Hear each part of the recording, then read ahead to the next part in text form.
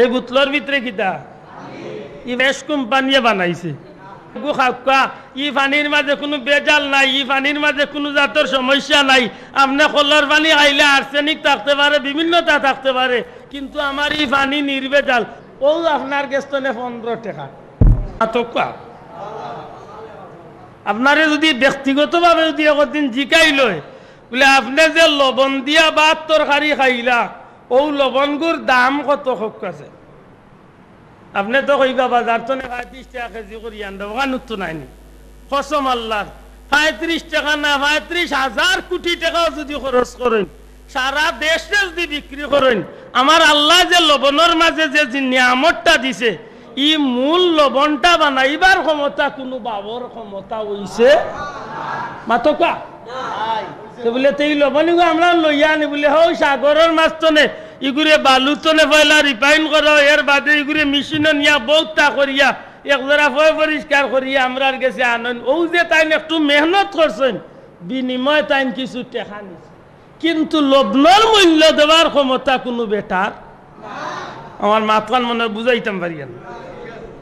এই বোতলের ভিতরে কিতা ই পানি কোনো মানুষে বানাইছেন তো না, বানাইছেন কইলাম বলে না বা কোনো ফ্রেশ কোম্পানিয়ে বানাইছে বলে জি না। পানির মূল যে উপাদান, পানি যে বিষয়টা, একটা আমার আল্লাহর নিয়ামত। বড় করে হোক সুবহানাল্লাহ। এটা কার নিয়ামত? লেতে ফ্রেশনও বেশি সেবা বলে ফ্রেশে বেশি যান তাই ন পানির মেশিন একটা লইছেন, লইয়া বড় ট্যাঙ্কি এগু বানাইয়া ওগুদ একটু ফিটকিরি আর একটু ট্যাবলেট টুবলেট ওটা ছাড়িয়া একজোড়া তাই পরিষ্কার করছেন, ফিল্টারিং করছেন, এর বাদে সুন্দর একটা বোতল বানাইছেন, আর ও বোতলের উপরে কাগজ আর ওখান লাগাইছেন, ওগু চাপনি উফনি মারিয়া আর আপনার কাছে আনিয়া কইরা ওগু খাওয়া। ই পানির মাঝে কোনো বেজাল নাই, ই পানির মাঝে কোনো জাতের সমস্যা নাই। আপনি কলর পানি খাইলে আর্সেনিক থাকতে পারে, বিভিন্নতা থাকতে পারে, কিন্তু আমার এই পানি নির্বেজাল। ও যে তাই একটু মেহনত করছেন আর ও পানির একটু কষ্ট করিয়া জুজাইত করিয়া দিছেন, ও আপনার গেস্তনে 15 টাকা। মাত্র যাইতাম পারছি না। ও আপনার দায়িত্বনে নিশ্চয় 15 টাকা।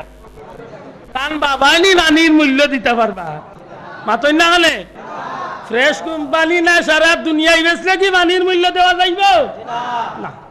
এই পানি দিছেন খে বড় করে কথা, পানি দিছেন খে ওইটা আল্লাহর দয়ানি না দয়া নাই। আরে একটা উদাহরণ দিলাই তুই আমার মূল কথা, আমার ভাই এখন বন্ধু এখন আমরা যে জমিনও চলাফেরা করি, ও জমিন তলে আমরা আল্লাহ আমরা লাগে রিজেক্ট দেন মাতকা চাউল হোক, গম হোক, আলু হোক, তরকারি হোক, যেটাও আমরা খাই ও জমিন তনে আল্লাহ আমরা রিজেক্ট দেন। তো ও যে গরু বাছুর খাইরা ওগুলাও হোক জমিন তনে, গরু যদি ঘাস খায় নাতে আপনারে দুধ দিত কিতা তো নেই মাত্তা নাই। আরো জনে উঠিয়া কইবা না আমার গরুয়ে ঘাস খায় না, খালি গুড়া খায়, বলে গুড়ার মূল উপাদানও যাও দান মাতই না খানে দান ইগু আইসে কইতো নে মাটি তো নে নানি না কিতা চাও ও বিভিন্নতা টুকাইয়া একবার নিজের বিবেকরে আপনি আপনার বাড়ির মাঝে আপনি আপনার ফুরকির বারো খাড়া হইয়া একবার ফুরকির চাইরে বারে দিয়ে খাড়া হইয়া সাইন জানো, চাইরে বারে দিয়ে একবার চোখ বুলাইয়া সাইন জানো, বলে এক পাওয়া জমিনও এক পাওয়ার মাঝে আমার গোড়, আরো এক পাওয়ার মাঝে 12 হাত পাওয়ার মাঝে আমি বিভিন্ন জাতের গাছ লাগাইছি। এগুর নাম নাইকল গাছ, এগুর নাম গুয়া গাছ, এগুর নাম লেবুর গাছ, এগুর নাম কমলা লেবুর গাছ, আর এগুর নাম আরো কিতা বিভিন্নতা ফলের গাছ লাগাইছে। এক মাটিত রুইলা, এক জমিনও রুইলা, ই মাটি তো সার দিলা না, কবল গাছের তলেও সার নাই, হিগুর তলেও সার নাই, কিচ্ছু নাই। ও মাটি তো দেখা যায় এক এক গাছে এক এক ধরনের নিয়ামত আমার আল্লাহ তৈরি করছে না। মিশা মাত্তা নাই ইলাকেও আসেন কইবা বলে না আমার নাইকল গাছের দৌড়াল লাগিয়ে আমি তাবিজ এগু আনিয়া দিছি বলে তুমি নাইকল ধরতই ইলা কিছু আসেনি বা যাও মাত্র গা আসেনি আমার ভাই অকল বন্ধু অকল। এই কারণে আমার রব আমার রব্বুল আলামিন পরওয়ারদিগার আলমে আমরা রে ইয়াদ করাইয়া দিন মন করাইয়া দিন ওয়াইন তাউদ্দু নি'মাতাল্লাহি লা তুহসুহা বন্দারে তুই যদি আমি আল্লাহর দেওয়া নিয়ামতর গণনা করাত লাগছে বন্দা, গুনতে গুনতে গুনতে গুনতে তোর জীবন শেষ করে লাইতে পারবে, তবু আমি আল্লাহর দেওয়া নিয়ামতরে গুনিয়া শেষ করতে পারতে না। সুবহানাল্লাহ। সারাটা পৃথিবীর বৈজ্ঞানিক হলরে আপনি চ্যালেঞ্জ করুক, ও বৈজ্ঞানিক সব, ও বাংলাদেশের সবচেয়ে মহাবিজ্ঞানী, ও পৃথিবীর সবচেয়ে বড় বিজ্ঞানী, আপনারে আমি অনুরোধ করি আমার আল্লাহ যেন জমিন তলে 50 হাত উপরে নাইকল গাছের মাথার মাঝে একটা ফল ধরাইলা, ইগুর সাইরো গালা বাদি চামড়া লাগাইল, কয়েকদিন বাদে ওগু ফাড়িয়া নিয়া দেখা যায় 50-60 টাকা বেটায় বেছে ডাব হইয়া।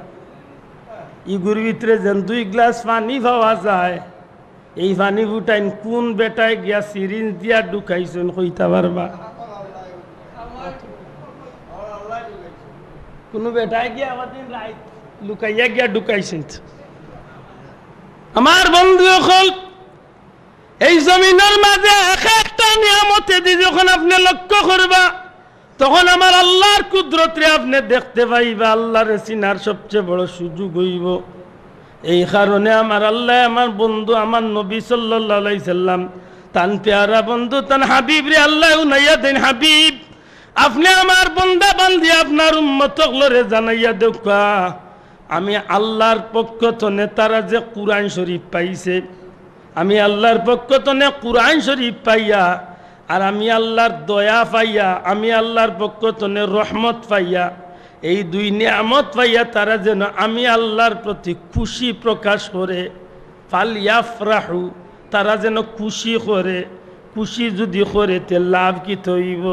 হুয়া খায়রুম মিম্মা ইয়াজমাউন, আমি আল্লাহ জানাইয়া দিলাম তারা জীবনে যত কাম করিয়া তারা নেকি কামাই করছে, সারা জীবনের নেকিরে জমাইয়া যত নেকি দোলা করছে, সমস্ত নেকিরে জমা করলে যত খান হইত নাই, আমি আল্লাহর দেওয়া কুরআন শরীফ আর আমি আল্লাহর দয়া পাইয়া তারা যদি খুশি করে, তাইলে আমি আল্লাহ তারা এর চেয়ে বেশি নিয়ামত দান করমু।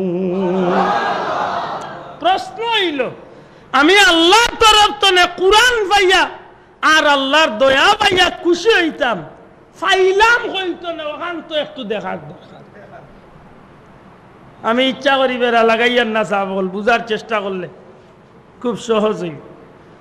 সব জিনিসের মূলে কিছু না কিছু ঘটে, মাতই না?